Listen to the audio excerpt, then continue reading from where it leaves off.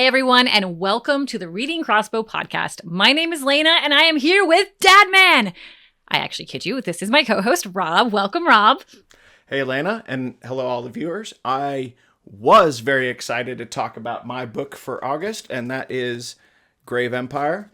But we had some scheduling conflicts, so we're going to do something a little bit different this week. And so, what do you have for us today, Lana? Okay, so it is very different, but we hope that you'll hang in here with us because we both recently watched the Superman movie and are very excited about it. And this is something where Rob and I, kind of going back to our origin story on the show, we would talk about these things, talk about our movies that we'd watch, our books that we'd read, and we just realized maybe we should share that with you all. So we're doing that in place of going over Grave Empire today, but we are going to approach this from a reading perspective. So, Rob is, well, my resident nerd / Superman expert. So I'm actually going to interview Rob to talk about the Superman movie, but also talk about how it applies to comic books and maybe what type of superhero books might be good for you or where you might want to start if you want to branch away from sci-fi or fantasy or the usual fiction that we talk about on this show. Sounds great. So you watched Superman. How are you feeling coming out of that movie? Were you excited? Was it energize you, or was it kind of a bummer? So I did watch it, and I really, really enjoyed it. But I always enjoy the super movies, especially DC. Like I love all the Batman movies. I've typically loved all the Superman movies, so it was a ton of fun for me. And I also went into the movie like spoiler free. Like I hadn't watched any of the spoilers. I hadn't got caught off guard. Nobody had accidentally told me something. And I'm curious, were you lucky enough to go into the movie the same, or did you get it narked? Not from spoilers, like from other people or anything. I just had the general, the trailers and the teasers and stuff where they were showing a lot of things. And I was like, man, that is a lot of characters in a movie. And that always makes me nervous because that's normally a sign of a challenging, not so great movie when I saw that many named characters coming to the forefront. And I was getting really nervous going into this. Okay. Another thing that's important when you watch a movie, at least for me, is who did you watch the movie with? Because I took my family. So I got to watch my husband, I have 2 kids and they're teenagers. And I am kind of one of those quiet people when I watch the movie. I hate popcorn sounds. I hate movie wrappers. I'm really just I'm not good for a movie theater. I'd rather watch it at home. So I get bombarded with sounds. Maybe I need diagnosed with some sort of behavioral issue. I don't know, but I sit there like this. But they're fun to go to a movie with because they're like, oh my gosh. And they do stuff like that when they watch a movie, which I don't. I'm stoic, big blasting scenes and stuff. And I'm even though in my mind, I'm enjoying it. So anyway, that's who I went with. And that's the kind of experience I had, was fun people to be around and watch it with. What about you? So normally I go and always see these kinds of movies with my family. And when we see stuff at home, we're almost always pausing it and, making predictions about what's going to happen going forward. But when you're in a public theater, you generally don't get to do that as much. So where we actually mostly like to watch movies is actually at the drive-in, because you actually get to see, 2 movies and you can kind of talk and as much as you want while you watch the movie. But in this case, I ended up just watching the movie alone last night because I had delayed watching this because my last couple weekends have been busy. And when it looked like we weren't going to be able to do this book, I was like, well, I need to watch the movie so that we can discuss it on the show. So I ended up watching it last night at a midnight showing and midweek, so that this was a challenging movie to kind of actually get to. But that wasn't the movie's fault. Okay. Not the movie's fault. Okay. Also, the way you're describing watching a movie and stopping it and pausing it to ask questions. Rob, I would throw my popcorn at you. I cannot handle that. So no drive-in movies in my future with Rob and his family. Check. Okay. So the next thing, and I'm probably going to butcher how the name is said, but Dave Corenswet is the new Superman. So we have a whole new Superman for this. And before we get to that, I'm actually curious, who is your favorite Superman and why? I'm going to lean towards, I really liked Henry Cavill. I think he had the look, and he's a big fan of Warhammer, which I'm a supporter of. But I actually really think the new actor, I think he did a terrific job. I actually think he showed more than almost any other actor that, except for maybe Christopher Reeves, the difference in appearance for, Superman versus Clark Kent. His hair was such a huge change. I actually found that to be one of my favorite parts of this movie, was how well that came off. Yeah, he was a great Clark Kent. There's like, we're not going to go into spoilers on this, or at least we're going to let you know when we do. But there's this scene in particular where he's kind of like, he's Clark Kent, but he's talking in a Superman way. And I actually find myself like, oh, that's interesting. That was fun. But yeah, I also like Christopher Reeve for the throwback. And I find myself comparing this new Superman very strongly to Christopher Reeve. Like, he's the closest, in my opinion, that's come to Christopher Reeve. Maybe it was the Superman outfit. I'm not so sure. But outside of Christopher Reeve, I just love Henry Cavill. But, I just think all women do. And Henry Cavill just, there's all these articles out there about how he didn't need the muscle suit. And I just get stuck on that. Like, it's just in my head and just saved there forever, rent free. But on the note of Superman suits, I'm curious, and I did not pre-tell Rob this question, because sometimes we talk about questions ahead of time. I didn't ask you what your favorite suit was. What is your favorite Superman suit? I actually think I liked this one. This one was actually one of my favorites because I liked the details in the suit. It actually made it look very almost futuristic. Just the smaller details about when you get real close to the suit itself. I felt like this suit was actually really, really good. But what about you? I mean, I just find I'm still stuck on your answer, because there's been a lot of discussion about this online, because people are saying things like, oh, we're back to the red diaper, like we're back to the old school Superman. But I loved it for the fact, yeah. What's wrong with that? I didn't say there was anything wrong with it, but the internet is saying that there's things wrong with it. But I loved it for the nostalgia, because the only thing I was told going into this movie, well, first of all, I used to do cosplay. A lot of you know that. So I follow all these artists. I am friends with a lot of current comic book artists who draw for DC and do cover art. Like, I'm really lucky and blessed with the friends I have. And they were the ones that were posting on their Facebook, like, you need to go watch this. It's so nostalgic. It really hits home. It's such a great movie. And that's all I'd heard. So I just kept hearing nostalgia, nostalgia, nostalgia. And I was like, okay, yes. And that's what I thought when I saw the suit. So that was great. But I'm always going to have to go back to the Cavill suit, but that's just because Cavill's in the suit. So I don't know that that's a fair comparison. But we're going to get into the serious, hard-hitting questions here soon. Just got a couple more left, which is more about the feelsies of the movie. And I just have like a general, did you like the movie? Did you enjoy going to watch this movie? Yeah, I really did. I think this is a very good Superman story. And what I most especially found that I liked was the stuff actually that wasn't Superman. I think they did a very good job of fleshing out this world. You had Lex and you had the Justice Gang, and I felt like it brought this world a lot more full. It felt actually way more like a comic book world. It didn't feel like a movie world. It felt more like a comic book world. And we could talk about this a little bit more because you mentioned that you wanted to talk about the canon and that kind of thing. But I feel like it was the richness of the world itself is what I really liked about this movie. Love that. Okay. I just like the movie. Like, overall, it's just fun. It's a good family movie.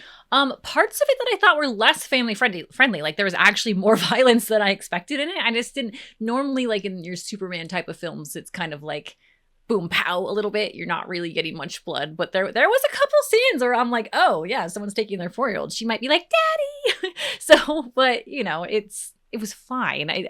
But like, that was like surprising to me because I didn't look that up ahead of time or anything, which again, for me, no problem. But yeah, I just really thoroughly enjoyed myself. And the soundtrack was great. I actually have had like a punk rock song from the movie stuck in my head. I think I'm going to add it to my gym playlist. It was pretty good. Next up though is Easter eggs. And I don't know if we can do this in a way that's not spoilery. So say spoiler if you're going to say it. I'll say spoiler on mine. But what was your favorite like Easter egg in the film? So I'm not sure. I'm not sure about anything that I would call an Easter egg. I think it was just the little details, like the Superman robots, and crypto, and even like the authority characters, like the engineer. And I liked all those things being brought in, but I don't know if I would call any of those Easter eggs. What did you have in mind as far as an Easter egg? Okay, but this is spoilery, so I'm gonna have to put a big spoiler right here. But it was really the only one I can think of, and that's just that I know that Supergirl has a dog, and I know that there was a dog in the movie. I knew there's a dog in the movie, but I didn't really think about it until I got into it. And then I was like, wait a minute, is this Supergirl's dog? Like I thought about that in the movie, but I have some pre-existing knowledge, so maybe that's an Easter egg. It kind of is if you kind of know, and so towards the end we find out, there is a Supergirl, which by the way, played by Millie Alcock. If you guys are staying through to this part and you're watching the spoiler part, then she's from House of Dragons, and I recently saw Siren on Netflix, which she did an excellent job in Siren. Very, very different from her role on House of Dragons. I thought that was fantastic. Didn't expect to see her in this role, but I'm thrilled at the casting of that. So not really an Easter egg, but I mean kind of with the dog. But I feel like that's an Easter egg sort of if you didn't know. Like he just said like, "Oh, I'm fostering the dog." Okay. Yeah. So, yeah. All right. Yeah, I can't really, I'm not thinking of anything that I would think of as an Easter egg. Everything is just part of the main story, so. All right, so that's kind of the fluffy stuff. People who don't know Superman well enjoyed the movie probably just by going to watch it. I enjoyed it. I know Superman little bits here and there just from my cosplay world, going to a million Comic-Cons and hearing a little bit about the lore through the years. And I would say I know more than the average person who's going in to watch a Superman movie. But I am no expert. But you are our resident expert, Rob, and I am curious. Was this movie canon enough for you and for people who enjoy the Superman comics, would you say? So the canon of the movie, well, I guess the part that most comes to mind is the message from Superman's parents, because it doesn't really line up with the way most people think of Jor-El, in that, it's a very darker point of view than what we're used to. It is kind of supported in the lore because there are like versions of Jor-El like in different realities, or like, for example, in Smallville, there's the AI version of Jor-El that's an antagonist, I think for a season. Or there's like a version where he's corrupted by Brainiac. So it's there, but it's the message itself that I find to be the part that kind of breaks canon for myself, because you have these people, off screen who authenticate the message. And I don't understand how anyone could do that within like Superman. Like they said, he's only been around for 3 years. That's what it says at the beginning of the movie. And yet people are really familiar with what Superman's parents look like. I mean, most of the time, I wouldn't think the public would know at all. Like they could be the Balchinians from Men in Black and no one would know. Or like, are people that familiar with Kryptonian technology, like the storage format for those holograms? How are they authenticating something that was obviously corrupt? Like you have a positive message, then a corrupt shimmer, and then it has a much darker message after that. It's obviously been tampered with. I'm not saying that Lex tampered with it, but it's obviously tampered with. So who's authenticating this? And everyone just believes it. So there's something weird going on here. But it's clear from interviews that James Gunn intended this message to be real. I know there's some debate online on whether or not Lex faked the message or something like that. Gunn said he intended it to be real. because it helps fit with the story itself.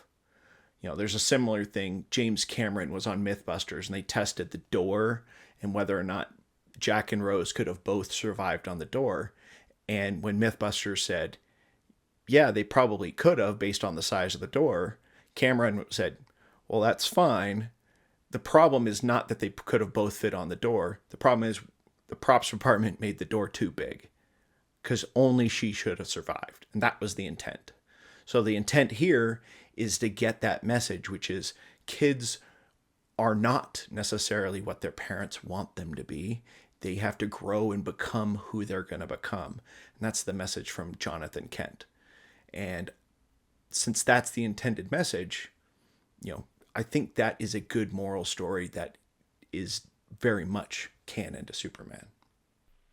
Interesting. I got some major feelsies with that, though. I mean, Superman's journey through his life with both his parents, you know, his two sets of parents, and how he evolves through the movie. Very heart-touching as a parent to watch some of those scenes. There's a scene with Superman and his Earth dad. It's like super touching, and I'm like, aw, watching it thinking, okay, I was sitting next to my husband, like, this is really sweet. So that was great for me. I did have one section of the movie. This does not answer the question that I asked you, which is what would Superman fans not like about the film? But I can tell you what I didn't like about the film. Sure. As someone, I am not a hardcore Superman fan, though. I just love the Superman movies and I watch them. Okay, it's probably going to come out of left field, but hey, it's me. I could not stand the Lex Luthor scenes. Not because Lex Luthor, the actor, wasn't good. I actually thought the actor was good, although younger than I expected him to be. Like, I probably wanted him to be a bit older. But it was the bald cap or how they did the bald head. I'm not so sure, but it looked waxy the entire time, and I just wanted to reach out and touch it. And it was making me crazy. It's like one of those Nerf footballs that all kids take a hunk out of with their mouth. I just want to bite it. That sounds really weird. Everybody's going to watch this and be like, Lana is crazy. But it's true. His head was weird. Did you not see that? Like, is this just me? I don't know. That might be you. Do you have a thing for bald heads? I mean, maybe not this bald head. This bald head was weirding me out. And then, of course, it's like 15 feet tall on the screen. And there was scenes that's just his head. And I'm like, also, I used to do prosthetic makeup. So I'm like, is that a bald cap? Or is that just his head? Did they put a lot of makeup on that head to make it look like a bald cap? Or is that just a bad bald cap with bad makeup? I can't tell, but I couldn't find the seams. So I wasn't sure. And then it was all just really, really weird because it was almost too bald if it was his own head. And then too smooth if it was a bald cap. So I don't know. Anyway, I digress. My next question, and then we're almost done here, is how do you rank this with other Superman movies that you've seen? Like, is this towards the top, middle, bottom? For me, this is towards the top. I would put this probably top 3 for sure. Well, and was there any specific thing that you really liked? Like, is it a favorite scene maybe? Yeah. Gosh, it's going to be spoiler. If I can do this not spoilery. Okay, there's this one scene where a really fun song is involved. And I talked about the soundtrack earlier. But basically, it's a fight scene. I don't know if we're going to have the same scene. Maybe. You mentioned a good scene earlier, too, with like the alien fighting in the background. I was compelled in that movie. I didn't know where to look. It was fantastic. But in this scene, we had some really great, like, I don't know what this is called in a movie, but when the audio comes from different places, it's like the surround sound. Whoever did the sound work on this film did such a great job because I haven't been immersed like that in a movie from an audio perspective since I watched Maverick. And that was another great movie with like the jet sounds and when they're landing from their parachutes into the snow and the grass and just like really cool moments there. This one, they're in a fight scene and the music's kind of raging on. And then you can hear the gunshots and like the fighting, but then someone gets protected by a force shield or like a force bubble thing. And then they're in the bubble and everything on the outside of the bubble becomes muted, but you can kind of still hear the shots going on.